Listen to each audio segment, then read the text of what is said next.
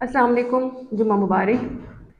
ویسے ہم جمعے کے دن جو ہے آپ کے ساتھ کوئی نہ کوئی حدیث کا مفہوم شیئر کرتے ہیں، یا کوئی اسلامی بات شیئر کرتے ہیں، یا قرآنی آیت شیئر کرتے ہیں۔ آج کے دن جو ہے میں آپ سے شیئر کرنا چاہتی ہوں اپنے ایک دل کی بہت قریب جو میرے بات ہے وہ شیئر کرنا چاہتی ہوں۔ شاید میرے پاس الفاظ اتنے اچھے نہ ہوں، لیکن دعا ہے کہ میرا مفہوم آپ تک صحیح طریقے سے اور میرا مقصد آپ تک صحیح طریقے سے پہنچے۔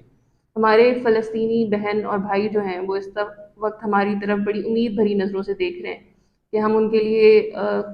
ایٹ لیسٹ اگر ہم ان کی فزیکلی مدد نہیں کر سکتے، وہاں پہ پہنچ کے ان کے ساتھ جہاد نہیں کر سکتے، تو کم از کم ان کی مورل سپورٹ ضرور کریں۔ اور جب ہماری طرف سے ان کو یہ پیغام جاتا ہے کہ ہم ان کی خاطر جو ہے نا آواز بلند کر رہے ہیں، اور جو انہوں نے ایک بائیکاٹ کی مہم شروع کی ہوئی ہے ہم اس کا حصہ بھی نہیں بن رہے، تو یقیناً ان کا دل بہت دکھتا ہے۔ سوشل میڈیا پہ میں اکثر ویڈیوز دیکھتی ہوں جس میں فلسطین کی مائیں اور بہنیں جو ہیں وہ اور بھائی بھی جو ہے وہ آسمان کی طرف ہاتھ بلند کر کر کے ہمیں پکارتے ہیں، اور جب ان کو ہماری طرف سے پیغام ملتا ہے کہ ہمیں ان کی اس پکار سے کوئی فرق نہیں پڑ رہا، تو وہ اکثر میں نے کلپس میں دیکھا ہے کہ وہ یہ بھی کہتے ہیں کہ ہم روز آخرت جو ہے وہ آپ سے سوال کریں گے اور آپ کا گریبان پکڑیں گے۔ یہ بات شاید بظاہر بہت چھوٹی لگتی ہے، لیکن میرے پیارے بہنوں اور بھائیوں، اگر واقعی آخرت کے دن انہوں نے ہم سے یہ سوال کیا اور ہمارا گریبان پکڑا تو ہمارے پاس کوئی بھی جواب نہیں ہوگا دینے کو۔ تو ہم کیا کر سکتے ہیں؟ اب اکثر لوگ اس میں کہیں گے کہ ہم کیا کریں، ہم وہاں پہ جا کے جہاد نہیں کر سکتے، تو ہم اپنے حصے کا تھوڑا تھوڑا سا حصہ ضرور ڈال سکتے ہیں۔ اس کا میں آپ کو اس طریقے سے ایک مثال دوں کہ حضرت امام بن حنبل کو جب قید و بند میں ڈالا گیا اور ان پر اتنی سختی کی گئی کہ ان کو جمعے کی نماز ادا کرنے تک کا جو ہے وہ نہیں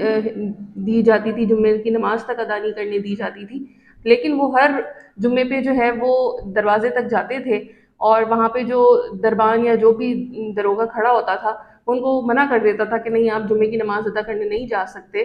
تو ایک دن اس نے ان سے پوچھا کہ آپ کو پتہ ہی ہے کہ ہر جمعے کے دن ہم نے منع کرنا ہوتا ہے؟ تو حضرت امام حنبل نے آگے سے کہا تھا کہ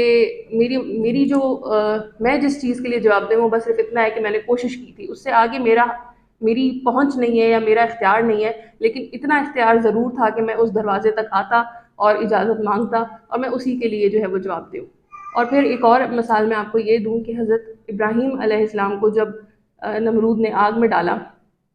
تو ایک ہدہد تھا جو کہ کچھ مثالوں میں اپنی چونچ کے اندر اور کچھ مثالوں میں اپنے پروں کے اندر پانی لے کر آ رہا تھا اور اس آگ کو بجھانے کی کوشش کر رہا تھا۔ اس آگ کے سامنے جو ہے اس کی یہ کوشش بالکل بہت بظاہر بہت چھوٹی سی تھی، لیکن اس نے اپنے حصے کی کوشش ضرور کی۔ تو میری بھی آپ سب سے التجا یہی ہے کہ اپنے حصے کی کوشش ضرور کریں۔ ایٹ لیسٹ جو یہ فلسطینی ہمارے بہن بھائیوں نے اسرائیلی پروڈکٹس کا اور ان آرگنائزیشنز کا بائیکاٹ شروع کیا ہے جو کہ مالی طور پہ اسرائیل کو مدد فراہم کرتی ہیں، ہمیں چاہیے کہ ہم ان کا بائیکاٹ کریں۔ جیسے بڑی بڑی آرگنائزیشنز ہیں، بڑی بڑی پروڈکٹس ہیں، میک ڈونلڈز ہے، اسٹار بکس ہے، KFC ہے، ہم ان کا بائیکاٹ کریں۔ اور جو ہماری روزمرہ کی استعمال کی چیزیں ان کا بائیکاٹ کریں۔ وہ کوئی اتنی زبردست بھی نہیں ہے، اگر ہم پاکستانی پروڈکٹس یوز کرنا شروع کر دیں گے تو وہ اتنی خراب بھی نہیں ہے۔ ایک تو اس سے ہمارے پاکستانی جو پروڈکٹس ہیں ان کو بھی مدد ملے گی، سپورٹ فراہم ہوگی، اور دوسرا یہ کہ ہم اپنے فلسطینی بہن بھائیوں کو بھی مدد فراہم کر سکیں گے۔ یقین جانیں کہ جب سے یہ انہوں نے فلسطین کے اوپر جنگ نافذ کی ہے، بلکہ مسلط کی ہے، اس وقت سے تقریباً 1.5 سال ہو گیا ہے کہ میں نے الحمدللہ کوئی اسرائیلی پروڈکٹ یوز نہیں کیا، اور میرے گھر میں پاکستانی پروڈکٹس آتی ہیں، اور نہ ہی میری کوئی اسکن خراب ہو گئی ہے، نہ بال خراب ہو گئے، نہ کوئی صحت خراب ہو گئی ہے الحمدللہ۔ لیکن ایک دلی اطمینان ضرور ہے کہ ہم ان کی چھوٹی موٹی کوئی نہ کوئی مدد ضرور کریں۔ تو آج کا میرا آپ سب کے لیے